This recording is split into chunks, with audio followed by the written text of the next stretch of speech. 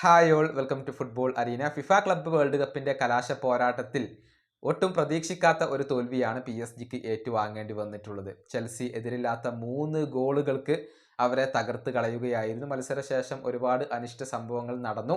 PSG പരിശീലകനായ Luis എൻറിക്കെ Brazilian താരമായ Joao പെഡ്രോയെ തള്ളി വീഴ്ത്തിയത് വലിയ രൂപത്തിൽ വിവാദമായി. ഈ വിഷയത്തിൽ ഇപ്പോൾ PSG പ്രസിഡന്റായ നാസർ അൽ ഖലീഫി തൻ്റെ അഭിപ്രായം പ്രകടിപ്പിച്ചിട്ടുണ്ട്. അതായത് പ്രശ്നം തീർക്കാൻ വേണ്ടിയാണ് എൻറിക്കെ അങ്ങോട്ട് പോയത്. അദ്ദേഹത്തെയും പിടിച്ച് തള്ളിയിട്ടുണ്ട്. ഒരു പരിശീലകനെ നിങ്ങൾ ബഹുമാനിക്കേണ്ടതുണ്ട് എന്നൊക്കെയാണ് ഖലീഫി പറഞ്ഞിട്ടുള്ളത്.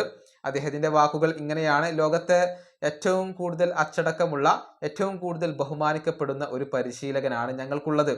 താരങ്ങളെ പിടിച്ചു മാറ്റാനും പ്രശ്നം പരിഹരിക്കാനുമാണ് അദ്ദേഹം പോയത്.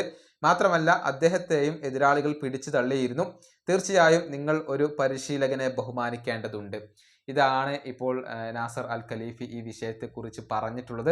ഏതായാലും ഫുട്ബോൾ ലോകത്ത് ഇത് വലിയ രൂപത്തിൽ വിവാദമായിരുന്നു. ജാവോ പെഡ്രോയും ലൂയിസ് എൻറിക്കെയും തങ്ങളുടെ ഭാഗങ്ങൾ വ്യക്തമാക്കുകയും ചെയ്തിരുന്നു. ഏതായാലും ഈ വിഷയത്തിൽ ഫിഫ ഇനി എന്ത് അച്ചടക്ക നടപടി എടുക്കും എന്നുള്ളതാണ് ഉറ്റുനോക്കപ്പെടുന്ന കാര്യം. അതിൽ ഇൻവോൾവ് ആയ എല്ലാവർക്കും അച്ചടക്ക നടപടികൾ നേരിടേണ്ടി വന്നേക്കും. ഈ വീഡിയോ അവസാനിപ്പിക്കുന്നു. അടുത്തൊരു വീണ്ടും കാണാം.